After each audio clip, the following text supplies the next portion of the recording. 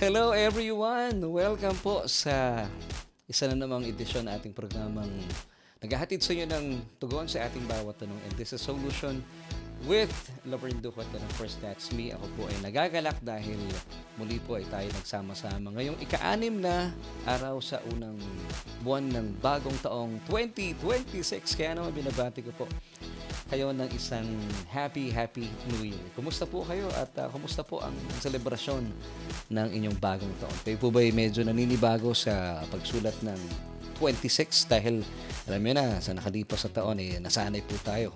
Sa loob ng 365 days nasanay tayo sa 2025. Pero mainam po na simulan na po natin isanay ating mga daliri sa mga numerong 2026. At syempre po ako po ay natuto at nagagalak dahil tayo po ay sadyang magpapatuloy dahil ang Panginoon po ang siya nagpasimula sa ating gawain. So muli po, mula po dito sa aming home studio, kami po ay bumabati sa ngalan po ng aking buong pamilya ng isang mapagpala at mabiyaya na bagong taong 2026 sa lahat po sa inyo ng mga kasama namin ngayon, sa lahat po ng mga kaibigan natin sa alinmang panig ng daigdig ay binabati ko kayo ng isang magandang umaga, magandang tanghali at magandang gabi. Siyempre pa, yung iba ay natutulog pa, marahil ay gising na, kaya naman binabati rin natin sila ng isang mapagpala at mabiyayang madaling araw. Kasi may mga sumusulat po sa atin na sinasamahan daw po tayo kahit na madaling araw sa kanilang bansang kinalalagyan. So maraming salamat po for joining me tonight at ako po ay natutuwa dahil kayo po ay kasama namin sa ating pong broadcast sa araw po ito. So, kaibigan, gusto ko rin pong batiin lahat ng mga kababayan natin mula sa Luzon, Visayas, and of course Mindanao. Salamat po for joining me tonight at napaka-special po na ating broadcast dahil first episode natin ngayong 2026 at isa pa special doon, sinasamahan mo kung di mo ko iniiwanan. At tayo nga po ay nasa ika-8 season na sa biyaya po ng Panginoon dahil naniniwala po kami na ang gawain po ito, ating Bible study online, ang Diyos po ang nagpasimula. Siya po ang mamamahala, kaya hindi po kami nababahala dahil siya po talaga naman po ang bahala. Sa kalooban niya na tayo po yung magtuloy-tuloy na mag-aaral ng kanyang salita ay talaga po ang ating pagsasaluhan ang kanyang mga ginagawa sa atin. At syempre pa, kaibigan, gusto ko po munang batiin ang ilan sa mga kasama natin na nagse-celebrate ng kanilang mga special events sa buhay nila. Of course, today, kami po ay nakikigalak at nakikikilig sa ating mga churchmates because they are now celebrating yung kanilang wedding anniversary. Nakalimutan ko lang na tanungin ko ilang taon na po silang nagse-celebrate ng kanilang wedding anniversary. Of course, walang iba po ang binabanggit ko ay sila Kuya Makoy at Ate Jackie Alcantara. Happy wedding anniversary po sa inyong dalawa. At dalayan ko po na patuloy kayong ma-in love sa Panginoon ng sa gayon ay patuloy kayong ma-in love sa bawat isa. So muli po sa ngalan po na aming pamilya at ng buong church, kami po ay nakikigalak. We are rejoicing with you, Brother Makoy and Sister Jackie Alcantara. And of course, happy birthday sa ating mga churchmates na pakarami po nila.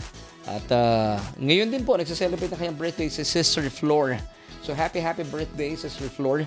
And of course, on January 10, that's kailan ng 10? 6 ngayon, 7, 8, 9, Saturday. Birthday naman ni Ate Maisa Lapus. Happy birthday, Ate Maisa. And of course, on Friday, birthday naman ni Kuya Tantan, also known as Nat Peralta. So happy birthday, Kuya Tantan, at kami po ay nakikigalak sa inyong pagdiriwang. At binabati rin natin si Sister Becky Nidea at ang kanyang anak na si Sister Hannah Nidea from Bicol. At sila daw po ay matatagal ng listeners ng 702 DZS at doon po nila nagkaroon kami ng pagkakataon na makilala po yung inyong lingkod pamagitan po ng pagpoprograma natin noon sa DCAS. So once again, kumusta po kayo, Sister Becky Nidea, and of course sa kanyang anak na si Sister Hannah Nidea. At sa lahat po ng mga kaibigan natin na nagse-celebrate ng kanilang mga special occasions today, happy birthday o anuman pong occasion ninyo, special event, happy wedding anniversary. Kami po ay nakikigalak sa inyo at talaga namang biyaya po ng Panginoon ang mga celebration. And of course, gusto ko pong paalalahanan kung ba't ako meron ditong notebook. Alam nyo, sa church po namin, ginagawa na po namin ito ng aking may bahay. Starting this year, mas mainam po, ito po just a tip or isa pong encouragement sa mga nanonood sa atin. Maganda, magkaroon kayo ng yung mga prayer diary. Kasi ang sabi ko po sa ating mga kaibigan ay magkaroon tayo ng yung bang pwedeng pagsulatan na ating mga prayer request. Maganda po, meron kayong notebook. At nang sa gayon, mas mabilis po natin at mas madali natin matatrack yung mga answered prayers natin sa Panginoon. Nang sa gayon, mas madalas at meron tayong may mga testimony tayo sa ating mga church. So, mas maganda meron kayong notebook. At kung kayo rin po ay umaattend sa mga Bible study, dito nyo sinusulat yung mga bagay-bagay na kailangan po ninyong hindi makaligtaan. Pero importante po ngayong 2026, magkaroon kayo ng mga personal notebook, mga prayer diaries, mga requests sa Panginoon. And then, para matrack natin, sinagot na ba ng Panginoon yung aking panalangin? Para po lalo po natin makita kung gaano tayo kamahal ng Diyos. Kung paano po siya nagpo-provide sa atin.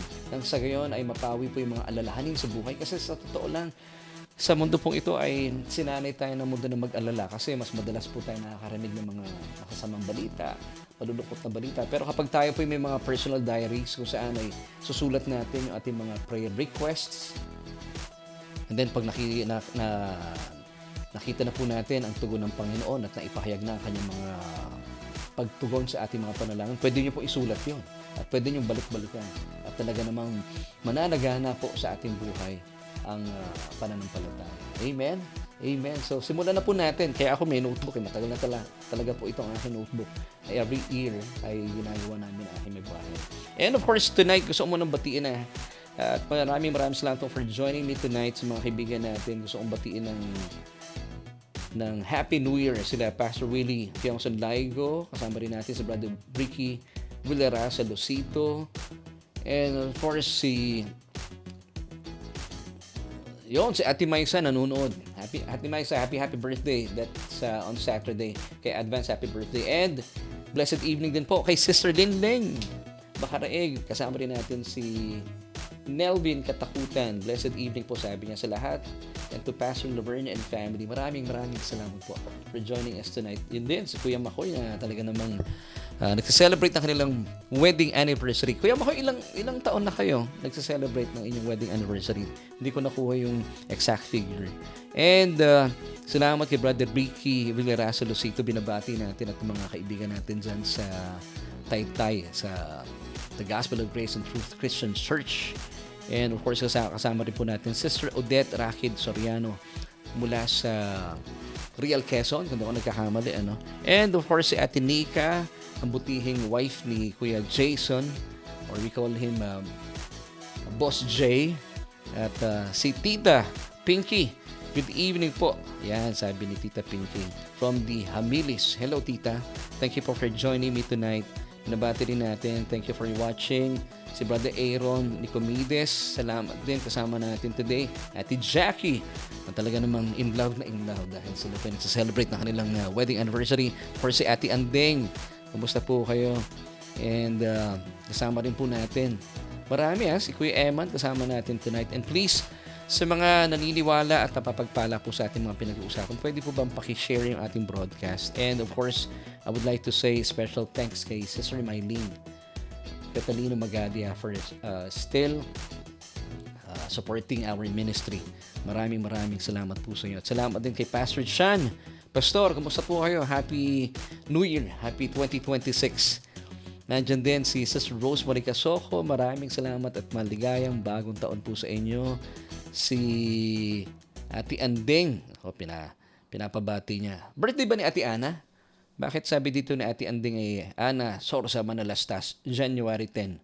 Mukhang birthday yata ni Ate Ana. So, happy birthday. Kung birthday man ni Ate Ana, happy birthday. And binabati rin natin ang mga kaibigan natin mula sa, saan ba? Si Sister Dang Mascareñas. At miss na po namin kayo. Hope to see you this coming Sunday. At, marami tayong kaibigan nanonood. Si Brother Alan Laksina, si Rohano. Yan, at marami pa. Si Kuya Aves, kung meron kayo nakikita mga kamay na gumagalaw dito, si Kuya Aves po yun kasi kwarto niya ito studio niya ito at maraming salamat dahil ako po yung pinapagamit niya. At tiga Infanta Quezon pala, si Sister Odette Rakid Soriano. So maraming salamat po for joining us tonight sa mga kaibigan natin. Alam niyo po, sa gabing ito, ang dami po natin pag-uusapan na sadyang napapanahon. At importante po kasi na sa pagpasok ng bagong taon, bilang mga mananampalataya ay maging malinaw po sa atin yung katayuan natin sa Panginoon, ano? At yun po ang pag-uusapan natin mamaya. Pero as we move on, gusto mo nang samantalahin po yung pagkakataong ito, batiin po muna natin at basahin natin yung ilan sa mga pagbati sa ating mga kaibigan. Of course, yun, sabi ni Brother Ricky Villarasa Lucito, thank you Pastor Laverne sa pagbati. And sabi naman ni Sister Meng Francisco, Tubong Pampanga ako pastor pero naninirahan kami sa Imus City, Cavite. Senior citizen, may anak na po ako, PWD since birth at 36 years old na. Ang asawa din daw po niya ay senior na at hindi nakakalakad kaya di ako attend sa church. Buti na lang, Pastor, merong solution. Grace Church. Thank you, Lord. Maraming salamat. So, kasama natin pwede ko nang tawagin si Ate Meng Francisco sa atin pong Sunday worship service. And, speaking of Sunday worship service, kung kayo po ay of course, meron tayong Bible study rito, meron tayong online worship celebration. Pero kung kayo naman po ay isa sa mga hindi nakaka-attend sa ating mga Sunday services, pwede ba natin pakita to, Kuya? Yung ating gawain. Sisimulan natin ngayong Thursday ay magkakaroon tayo ng tinatawag naming Sonship Fellowship. Yan, papakita natin yung ating poster. Sonship Fellowship. Ito po ay magandang fellowship na kung saan ay magkakaroon tayo ng mga question and answer. Kung meron po kayong mga kalituhan, gawin nating magandang pag-aaral po ito. So, Sonship Fellowship. Kung meron pong mga discipleship group, yung iba pong mga kapatiran natin, ito naman ay Sonship. So, it's happening every Thursday. Nasimulan na po namin ito last year, pero ito po ipagpapatuloy natin ngayong taon at 6 in the evening. So, pwede po kayong tumungo sa ating church at tayo po ay matatagpuan sa Unit 114E. Tia Maria Sarao Building. That's sa CV Star Street ba yun o Avenue? Pamplona 2, Las Piñas City. So, Sonship Fellowship. Maganda po ay kung kayo po ay available every Thursday at sa ilang mga hindi available pag Sunday, maganda po ito. Makasama namin kayo at mag-aral po tayo ng salita ng Panginoon. Amen! So ako po ay excited na at simulan na po natin ating mga pag-aaral. At kung kayo po excited, lalo tigit ako. So simulan na po natin ang pag-aaral. Siyempre pa, dito lang yan sa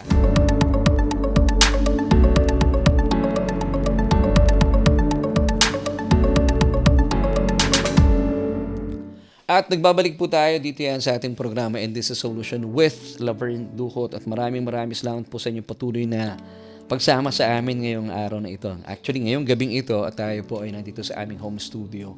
At maraming salamat po dahil ngayong 2026 ay napakaganda pong simulan natin yung ating buhay na nag-aaral ng salita ng Panginoon. And tonight, alam ko po, gaya ng sinabi ko kanina, importante po na may mga issues sa buhay ng mananampalataya na tila hirap po nilang iwanan yung kanilang mga nakaraan. Pero I would suggest, kapatid, kaibigan, kababayan, kung kayo po ay hindi makausad ngayong 2026 dahil meron kayong mga daladalahin itong nakalipas sa taon, mainam po na bitawan na yon. At let's move on, ika nga sabi ng Panginoon. At maganda po pag-uusapan natin ang ilan sa mga katotohanan kung bakit yung ilan sa mga kapatiran natin hindi maka-move on sa kanilang buhay bilang mananampalataya ay dahil meron silang mga daladalahin sa kanilang mga balikat. They have this sense of guilt and condemnation. Bunga po ng kanilang mga pagkakamali, ng kanilang pagkakadapa sa kanilang buhay bilang mananampalataya. At syempre, bunga po ng kanilang mga nagawang pagkakasala in the past. At dahil doon, ay marahil sa hindi po natin masyadong napapag-aralan hindi natin naririnig ang tunay na mensahe ng Ebanghelyo ay dahil sa ating pagkakasala, nagkakaroon tayo ng kakaibang pananaw sa Diyos, pakikipagrelasyon sa Kanya dahil we still have this sense of guilt and condemnation. Kaya po, for tonight, ang atin pong pag-uusapan, may kinalaman po sa ating katanungan. So ito po yung ating katanungan for tonight na alam ko po ay sadyang napapanahon mga kapatid. No? So this is our question for tonight. Can I still approach God's throne of grace despite my wrongdoings? Once again, this is our question for tonight. Can I still approach God's throne of grace despite my wrongdoings? So ano po sa tingin ninyo? Gusto namin makaalam po na inyong mga kasagutan na patungkol po dito sa ating question, can I still approach God's throne of grace despite my mistakes or wrongdoings? Pwede pa ba akong makalapit sa Diyos at papakinggan pa ba niya ang aking mga panalangin sa kabila na aking mga pagkukulang, pagkakadapa, pagkakasala, at ako ba'y papakinggan pa rin ng Diyos? So, importante po ito, no? Napaka-crucial po nito sa atin bilang mga mananampalataya. Kasi kung hindi po malinaw sa atin, ano ba talaga ang sinasabi ng Biblia, hindi po kayo talaga makakausad sa buhay at hindi kayo mananagumpay sa buhay na ito. Ika nga po nakasabihan lamang ang may alam. At kung kayo po isang mananampalataya na kapos sa kaalaman, sa kung anong sinasabi ng Ebanghelyo, maiisahan po kayo ng dyablo. Sabi nga po ng Hosea 4 verse 6, my people are destroyed for lack of knowledge. And that's why we have this Bible study online para hindi po kayo kinakapos sa kaalaman sa mayamang pangako sa atin ng Panginoon. Amen?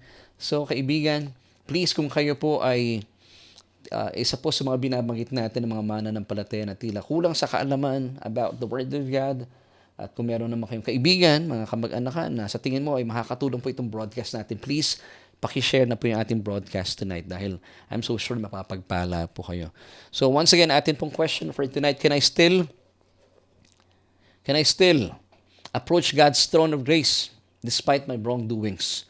Sino ba naman talaga sa buhay natin ngayon ang hindi po nagkakamali? Sino ba naman ang hindi nadarapa? Ako rin po ay nadarapa paminsan-minsan at nagkakamali at nagkakasala. So tayo po ay hindi exempted doon. Dahil we still live in this fallen world. Yes, dahil po sa kasalanan ni Adan, ang mundo pong ito ay nasa kanyang bagsak na kalagayan. Pero don't despair dahil hindi po tayo dapat talaga nalulungkot dahil meron pong ibinibigay sa ating napakagandang balita ang salita ng Panginoon. So sa kasalukuyan, lagana po ang maraming mga katuruan ng mga relihiyon na sadyang hindi po ganong malinaw talaga sa kung pwede ba talaga tayong makalapit sa Panginoon, sa ating Diyos, sa panahong tayo po ay nagkakamali, nadarapa o nagkakasala.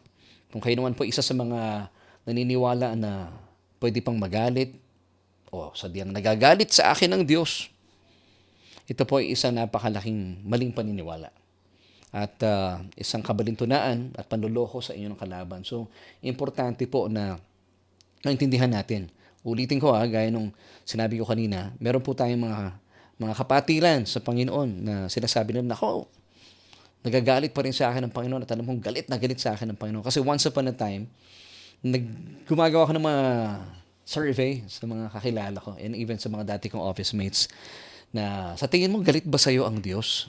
Pakaraniwang sagot po sa akin ng ilan sa mga kapatiran natin, of course naman, Kuya Laverne. Of course naman, Pastor, kasi ang dami nating pagkukulang at pangkaraniwan sa atin ng pagkakasala. So, pag-uusapan po natin at alamin natin talaga bang nagagalit sa atin ng Diyos at pwede pa siyang magalit bilang kanyang mga anak. At nais po ipabatid sa inyo na ito po yung good news. Nais pong ipabatid sa atin ng ating mapagmahal na Diyos sa langit na sadyang saganang-sagana po ang kanyang biyaya sa atin. And I would like for you to see this powerful verse. Gusto ko pa makita niyo yung napakagandang kapahayagan ng talatang ito. It's found in Romans chapter 5 verse 20. Now, let's read this passage.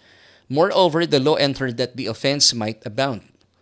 But where sin abounded, grace abounded much more. So once again, sabi po ng talata, moreover, nang pumasok daw po ang pagkakamali, pagkakasala, ay ang kasalanan ay nanagana. Subalit, kung saan daw po nananagana ang kasalanan, ay labis pong nananagana ang biyaya ng Diyos. So let's have a word study mula po sa talatang ito. Now let me give you once again, tingnan natin in the original na pagkakasulat ng New Testament. Let's go back to Romans chapter 5 verse 20. Moreover, the law entered that the offense might abound. Actually, yung abound dito tsaka yung second abound, but where sin abounded, that's pleonatso in Greek. Ano ibig sabihin ng pleonatso? Increased. So pwede nating sabihin, but where sin increased, grace abounded much more. Now tingnan po natin, but where? It speaks of location, but where sin increased. So kung saan daw po nananagana ang kasalanan. For example, pag tinanong natin ng mga tao, no, sa mundong ito, saan kayang lugar sa mundong ito ang nananagana ang kasalanan? May mga nagsasabi sa Russia or sa Las Vegas. Naku, ang Diyos ay naggagalit sa mga lugar na yan kasi where sin increased, God's wrath abounded. Pangkaraniwan, gano'n ang mindset natin. Pero let's go back to the verse, mga kapatid. Balikan natin yung talata once again. But where sin increased, or pleonatso. Now, sabi nung talata sa pagpapatuloy, grace abounded much more. Wow, grabe. Tingnan natin yung word dito na abounded. It's a different Greek word. Kanina yung abounded ay increased, di ba? Pleonatso. But this time, it's hyperperisio. Ano ibig sabihin ng hyperperisio? Dito po nanggaling yung super hyper. Hyper super. Yun. Nananagana talaga to the max. So pag sinabing hyperperisio, that's in Greek. To abound beyond measure. To abound exceedingly. To overflow. To superabound. So ano pong gusto ipahatid sa atin ng Panginoon dito? Na for example, sa ating pong buhay bilang mga mananampalataya, if you have this revelation talaga, kung gaano kabuti ang Diyos, hindi po kayo magwawala sa kasalanan. Now, once again, let's go back to Romans chapter 5, verse 20. For example, sa buhay po natin, para hindi kayo manlupaypay, kung saan nananagaan ang kasalanan, ano pong bahagi na inyong buhay kung meron mang pong nananagaan ang kasalanan, take note, mas lalo daw pong nananagana ang biyaya ng Diyos. Wow! Talagang awesome revelation po yun. So ano ibig sabihin? Kung meron po kayong mga kahinaan sa buhay ninyo, saan man po yung kahinaan na yun, kung saan man po nananagana at talagang nagkakasala po kayo, yung lugar na yun mismo, kasi sabi ng talata, where sin, it speaks of location. So kung saan po nananagana sa buhay ninyo yung kasalanan yun, dun po lalo tigit nananagana ang biyaya sa inyong Diyos. So ibig sabihin, don't despair. May pag-asa po talaga. At ang pag-asa po ng ating pagbabago ay sa biyaya ng Panginoon. Amen. So ang ganda ng talatang ito. So where sin increased, that's pleonatso in Greek. Increased lang. Kunwari po ito yung kasalanan mo. Where sin increased, grace superabounded. Hyperperisio. So ibig sabihin mas mataas po at mas makapangyarihan ang biyaya ng Diyos kumpara sa inyong mga kasalanan.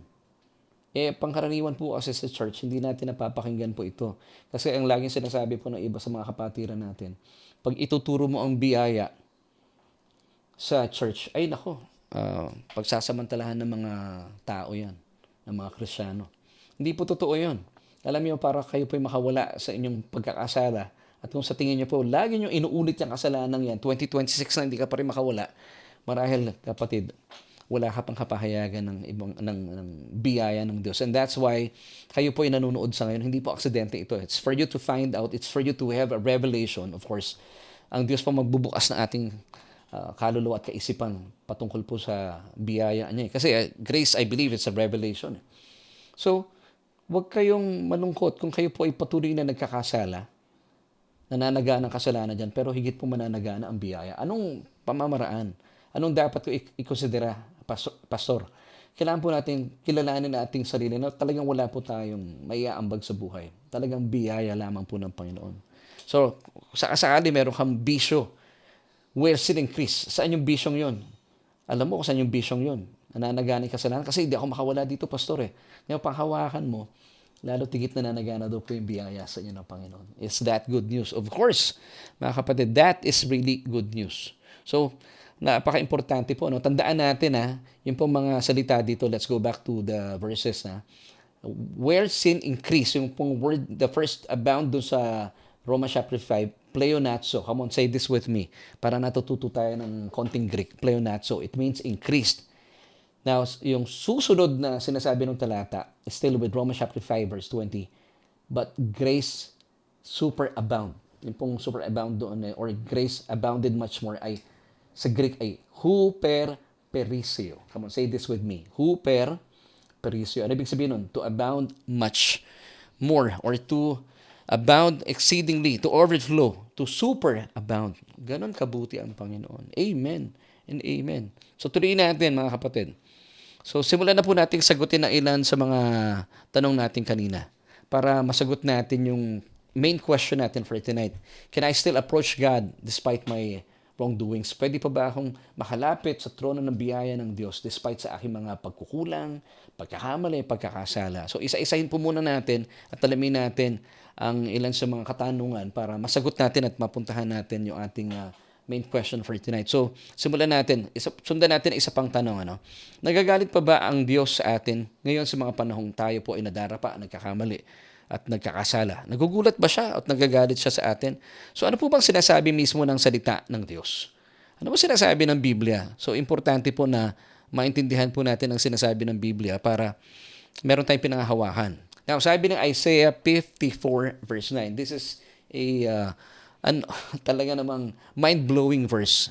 Sabi ng talatang ito, "For this is like the waters of Noah to me. For as I have sworn that the waters of Noah would no longer cover the earth, so have I sworn that I would not be angry with you." Sa ibang version, I think it's in King James Version, that I would not be wroth with you. Alam niyo po yung wrath, mas tinding puot.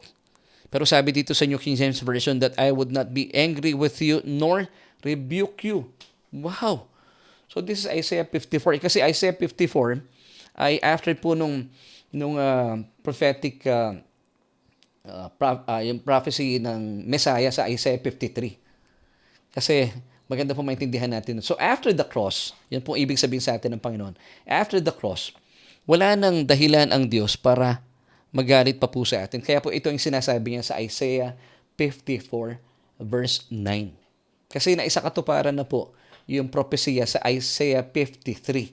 Kaya pala sabi nung 54 verse 9 na Isaiah, that I would not be angry with you nor rebuke you. Why? Because once upon a time, at the cross, nung nakapako po doon ating Panginoon Jesucristo, lahat ng kasalanan ng tao ay ibinuntun po ng Diyos sa katawan ng kanyang bugtong na anak. And that's why Jesus said, "It is finished."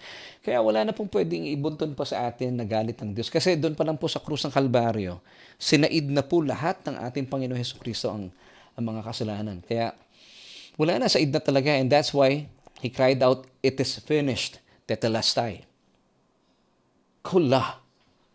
So ibig sabihin, kung ikaw ay nakikristo Jesus, wala na siya makikita at hindi ka na niya pwedeng tignan sa iyong kasalanan. Dahil ikaw ay hinugasan na ng dugo ng ating Panginoong Jesucristo. Hindi po ba mind-blowing po ito? And that's why the gospel, it's too good to be true. Yung iba hindi talaga nila mapaniwalaan. That's the gospel. I believe kung bibigyan natin ng meaning ang gospel, too good to be true, but it's true. Ito lamang po ang too good to be true na true. It's the gospel. At because of what Jesus did on the cross, talaga pong wala na pong dahilan ng Diyos na siya po ay magalit at mamuhi at mapuot laban sa iyo. Wow!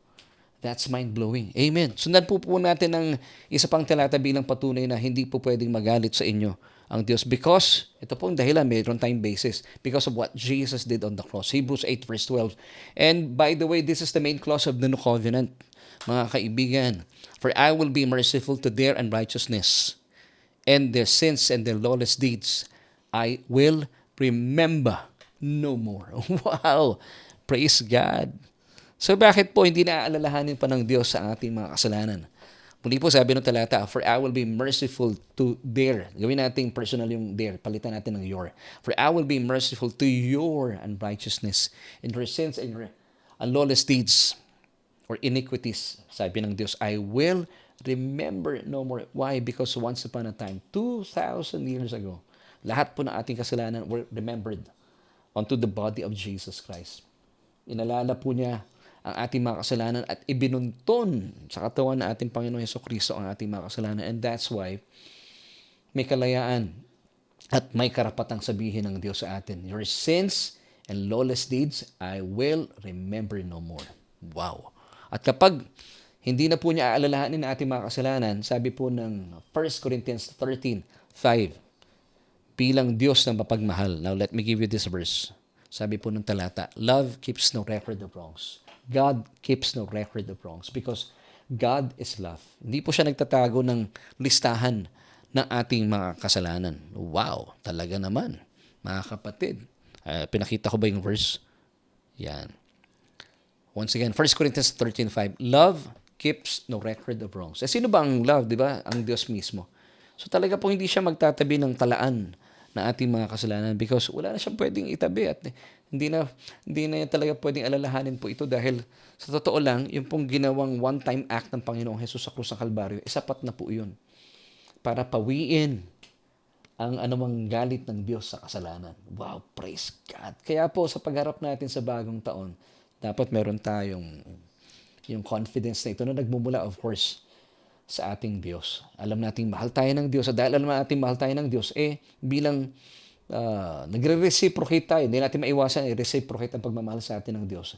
Pawang mabubuting bagay lamang po ang gusto nating ibigay sa Diyos. Of course, may mga pagkakataon tayo po'y bumabagsak, nagkakamali, nagkakasala, pero hindi na yun ang default mode mo. Pag nagkakamali ka, ang iyong default mode tumayo at talaga namang umiiwas sa pagkakasala yun dahil sa biyaya ng Panginoon. Amen and amen. Now, bilang patunay po, tayo po ay malaya na mula sa kasalanan. At malaya na rin sa anumang sense of guilt and condemnation. Kaya po kung meron kayong mga pagkakasala in the past, at ito naman po hiningin nyo ng tawad sa Panginoon, nag-apologize na po kayo at kinilala mo, you repented from itong mga past mistakes po ninyo, past sins po ninyo. Now, mga kapatid, sa pagharap natin ngayong bagong taon, huwag na po natin kimkimin itong mga kasalanan ito because kung ang Diyos nga po ay hindi na po nagtatabi o nagtatago ng listahan ng iyong mga kasalanan anong karapatan natin itago yung ating mga kasalanan? Wala na po yun sa harapan ng Diyos. Wala na. And kapag ito po ay patuloy yung iniisip-isip at talaga namang dito kayo namumuhay at nananagana sa inyong guilt and condemnation, you have this sense of guilt and condemnation, hindi po kayo mananagumpay ngayong 2026. Samantalang ang sabi po ng Biblia, let me give you this powerful verse in Romans chapter 8 verse 1. Yan, habang pinupuntahan po natin. Ano yung sinasabi in Romans 8 verse 1? Therefore, there is now no condemnation nor guilty verdict of punishment for those who are in Christ Jesus who believe in Him as personal Lord and Savior. Now, tingnan po natin talata once again. Therefore, bakit may therefore? Because, yun nga hindi na po nagtatabi ng record of wrong sa ating Diyos. Kaya there is therefore, yung pong is dito ay in present tense. There is therefore now no condemnation. Yung pong word na now, present tense yun, mga kapatid. Pinagdikit pa yung is and now. Therefore, there is now no condemnation. Ano yung condemnation? Ayon sa talatang binasa natin, guilty verdict, punishment. Pero kapag kayo po, you still have this sense of punishment na parang feeling mo na pagpasok ng bagong taon, parang hindi maganda yung pagpasok ng bagong taon, parang akong pinaparusahan ng Diyos. Mga kapatid, mukhang mali pong ebanghelyo ang inyong napapakinggan. Kasi sabi po ng talata, there is therefore now no condemnation. Tapos, in-amplify po ng ating binasa sa Amplified Version. Anong sinabi doon? No condemnation, no guilty verdict, no punishment. Para kanino? For those who are in Christ Jesus. Now, let me ask you, are you now in Christ Jesus? Yes. Pag sinabi natin in Christ Jesus, you belong to Jesus. And Jesus belongs to you. Now, this is good news. Wala na daw pong guilty verdict. Hindi na kayo hahatulan. Wala na nga pong condemnation at wala pong punishment for those who are in Christ Jesus. At balikan natin yung talata para mahimay-may natin. For those who are in Christ Jesus, tas in-amplify pa ito, who believe in Him as personal Lord and Savior. Now, if you believe in Jesus as Lord and personal Savior, there is therefore now no condemnation. So, what my point is, kung kayo po ay may nagawang kasalanan in the past, specifically in 2025, at hiningin nyo na po ng tawad sa Panginoon yon, kalimutan na yun. Hindi na nga inaalala ng Panginoon yun Once again, anong main clause of the New Covenant is found in Hebrews 8 verse 12. Sabi ng Diyos, for I will be merciful to your unrighteousness. And, ginagawa kong personal yung verse and your sins and iniquities, anong sabi ng Diyos? I will remember no more. So, anong dahilan pa natin para i-remember pa po itong mga pagkakamali natin, pagkakadapa natin itong nakalipas sa 2025? Na kung lagi mo pong bubuhatin at kikimkimin sa inyong mga kalooban po ito, you cannot move on ngayong 2026. Napakaganda po ng pasimulan natin. Gaya po na sinabi ko nga kanina, maganda may notebook tayo, isulat natin yung mga answered prayers. Ngayon, kung mayroon ka pa rin sense of guilt and condemnation, bakit ka maghihingi ng, ng prayer request sa Panginoon kung feeling mo napakalayo ng Diyos sa'yo? At naniniwala ko, hindi ako pwedeng lumapit sa Panginoon. I cannot approach God's throne of grace kasi nagkakasala po ako. That is wrong. Kabalintunaan po yan. Kasinungalingan mula sa impyerno, mula sa kalaban mismo. Now, balikan natin yung question natin kanina, na kayo ba ay pwede pang makalapit sa trono ng biyaya ng Diyos? Now, let's go back to our question. At nang sa gayon ay tapusin na po natin itong masaya natin pag-aaral. Now, ito po yung question natin kanina pa. Can I still approach God's throne of grace despite my wrongdoings? Kung kayo po ay isa sa mga may mga pagkakamali at kinikimkim po noong 2025 hanggang ngayon 2026 now, I've got good news for you. Sabi po ng Hebrews 4:16, yes na yes. Now, ano yung sinasabi ng Hebrews 4:16? Ang ganda po ng talatang ito. Hindi muna pala. Dito muna tayo sa Kuya, wala yung Hebrews 4:16 eh. Hindi natin nalagay eh. Gusto kong basahin yung Hebrews 4:16 na pwede ba natin mahabol yun? Kuya Alves, yung Hebrews 4:16 na babasahin ko muna po sa inyo ha. Wala dito sa ating nailagay na PowerPoint. Now, let me give you Hebrews 4:16. Let us then with confidence draw near to the throne of grace that we may receive mercy and find grace to help in time of need. So, ibig sabihin, sa panahon na kayo po'y nadarapa, nagkakamali, nagkakasala, malaya po tayong makalapit sa Panginoon, lalo tigit kailangan natin ng Panginoon. For example, ako po may mga anak. Yung mga anak ko, si Kuya Aves at saka si Arian, sila po'y gipit na gipit. At talagang nakagawa ng pagkakamali. Bilang ama, tatalikuran ko ba sila sa panahon ng kanilang kagipitan? Now, anong klaseng ama ako? Now, pag ginawa ko sa mga anak ko yun, naturalesa na sila po'y lalapit sa mga taong hindi sila tinatalikuran. Pangkaraniwan po sa panahon natin sa ngayon at kabilang po ang maraming mananampalataya kapag alam nilang sila po'y nagkamali, bumagsak sa buhay, nagkasala, talagang tumatalikod sila sa Panginoon. Sinong lalapitan mo? Hindi po ba? Lalo hindi ka mananagumpay. Lalo kang magkakamali. Lalo kang mapupunta sa lusak ng iyong kahirapan sa buhay. Lalo kang mapapahamak. Ito po ang tinuturo ng relihiyon. Samantala, anong sabi ng Hebrews 4:16? Pwede ba natin ilagay, Kuya, yung Hebrews 4:16? Hindi natin nailagay eh. Pakilagay natin ng Hebrews 13:5 itong nalagay natin. Hebrews 4:16. Kung pwede natin ilagay.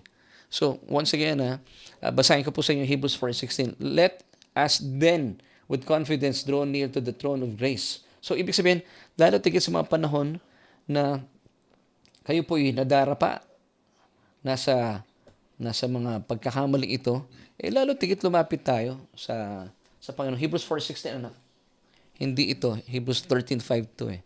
Hebrews 4:16. Dali po. Gusto kong papakita ko lang po sa inyo yung verse na ito nang sa gayon ay maganda po ay tayo ay talaga naman mamangha sa mayamang biyaya sa atin ng Panginoon.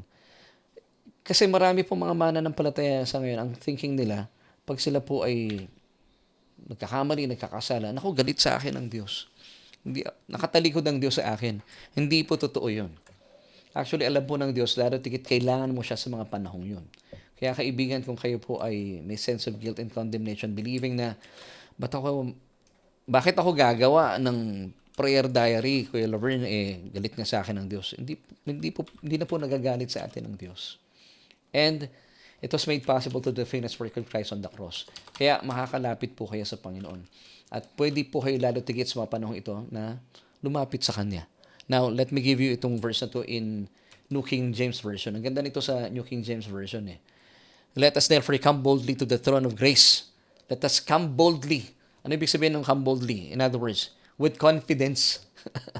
Galing. So as a child of God, you can come to the throne of grace with confidence. With boldness. Yan. Ito na ba, Kuya, nakikita na? Ito yung purpose, that we may obtain mercy and find grace to help in time of need. Di ba, kapag kayo po yung nagkakamali, nagkakasala, ito yung pinaka panahon na kinakailangan mo ng tulong mula sa Diyos. Now, kung ang Diyos po itatalikod sa atin, kanino tayo lalapit? Baka harapin pa kayo na pag humarap si Satanas sa inyo, marami pong tao humalapit sa kalaban ng Diyos. O umaasa sila sa ibang tao. Kaya sila lalong napapahamak. Now, kung nakatalikod po ang Diyos, turo po ng relihiyon yun. Hindi po totoo yun. Ako bilang ama, nagigipit yung mga anak ko, lalo ko silang tutulungan kasi mahal ko sila. Lalo tigit ang Diyos. Mahal tayo ng Diyos. So mga kapatid, para maibsan na po tayo sa ating mga kabigatan at mawala na po itong sense of guilt and condemnation, pwede ba tayong lumapit sa trono ng biyaya ng Panginoon? Of course. At ito nga po yung ating solution for tonight as we end. So, can we still approach God's throne of grace sa mga panahong tayo po ay nagigipit? Amen. So, ito po yung ating solution mismo. Let us therefore come boldly to the throne of grace ito yung purpose, that we may obtain mercy and find grace to help in time of need. Wow, that's Hebrews 4:16. So, gusto ko pong iwan sa inyo itong napakagandang talatang ito, especially sa panahon ngayon, na tayo po ay nagsisimula pa lang sa 2026. Para wala tayong daladalahin na bagahe. Ang hirap nun eh. Kung may bagahe po kayo, mabigat yon. Hindi kayo makakausad sa buhay. Amen. At nang sa gayon ay ma-maximize po natin yung biyaya na laan sa atin at talaga namang napaka-nananagana ng biyaya sa atin ng Panginoon. Amen and amen. So mga kapatid, panghawakan natin, lalo tigit sa panahon tayo nadarapa at nagkakamali. Sabi ng Hebrews 13:5. Bigay ko lang po itong verse na to before we end. Let your conduct be without covetousness. Be content with such things as we have. For God Himself has said, I will never leave you nor forsake you. Kaya sabi sa verse 6, so we may boldly say, the Lord is my helper. I will not fear. What can man do to me? So mga kapatid, we can now move on. So talagang wala tayong katatakutan, lalo tigit ang Diyos. But you could come with confidence before His throne of grace, lalo tigit sa mga panahon na kayo po ay nangangailangan. Hindi ba? Kapag ito po ay nabuksan at nagkaroon tayo ng kapahayagan, mas lalo nagiging makulay po ang taong 2026. Amen? So sa mga kapatid natin na nabibigatan sa buhay, tanggalin niyo na po yung bigat na ito, itong sense of guilt and condemnation, because once again, hindi po galit sa inyo ang Diyos, at sabi po ng Hebrews 8 verse 12, which is the main clause of the new covenant, for I will be merciful to your unrighteousness and your sins and iniquities. Sabi ng Diyos, I will remember no more. So kung siya po, hindi na niya inaalala pa ang ating mga pagkakamali, pagkakasala, sino tayo para alalahanin pa po yun? Mas maganda po alalahanin natin ang kabutihan sa atin ng Diyos. And I believe that God's goodness will lead us to repentance. Amen. At nang sa gayon, mas madali po sa atin. Pwede tayong magsulat ng ating mga prayer request at makikita mo kung paano po tugunin ng Diyos ang inyong mga panalangin. At sa pamagitan po nun, talaga namang mananagana po sa inyong pananampalataya kasi nakikita mo talaga, nakakalapit ka with boldness sa trono ng biyaya ng Diyos. And then, with boldness din, sinasagot ng Diyos ang iyong mga panalangin. Amen. At the end of the day, ang masasabi mo lang, talaga naman, to God be all the glory. Amen and amen. At kaibigan, sa pagkakataon pong ito ay gusto kong ikaw ay kausapin, at kung kayo po ay wala pang relasyon sa Panginoong Hesukristo, ay pwede po kayong lumapit sa Diyos. Amen.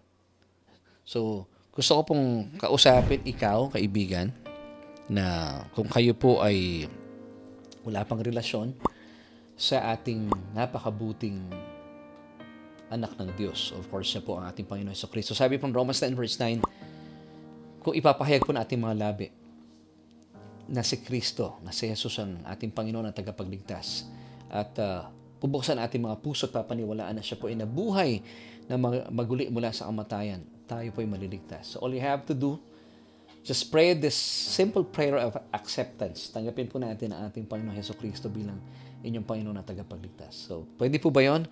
At buksan ating puso at paniwalaan na siya po ay nabuhay na maguli mula sa kamatayan. So, sundan niyo po yung panalangin kong ito.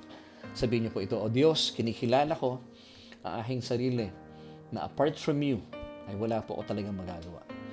Kaya naman, Jesus, simula po sa oras na ito, tinatanggap kita bilang aking Panginoon at sariling tagapagligtas.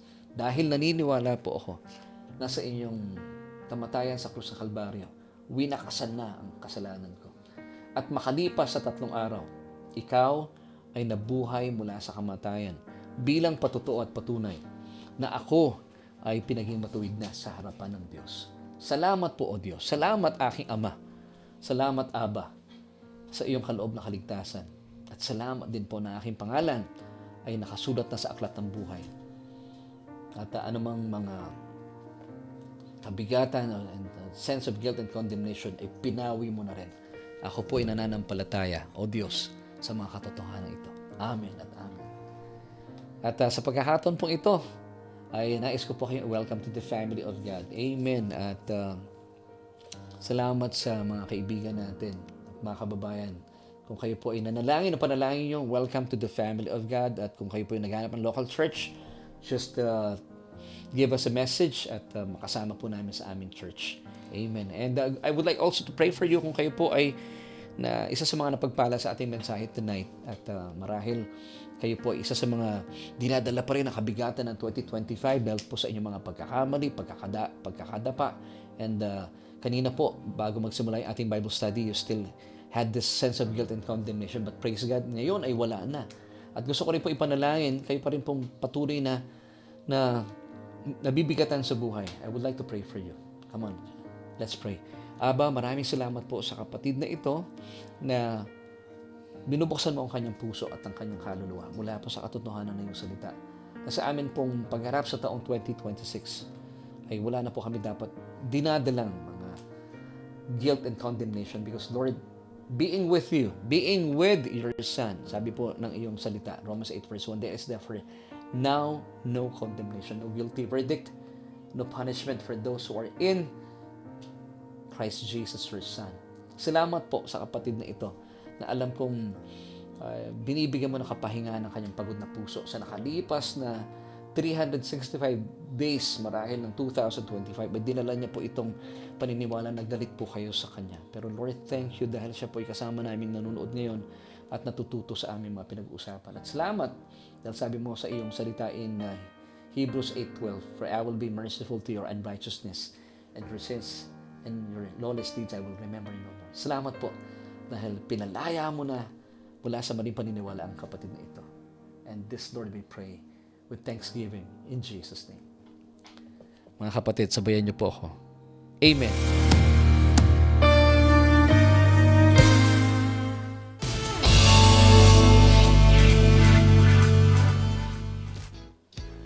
At maraming salamat for joining me tonight. Ang bilis talaga ng panahon at tayo po ay nandito na sa huling bahagi ng ating programa.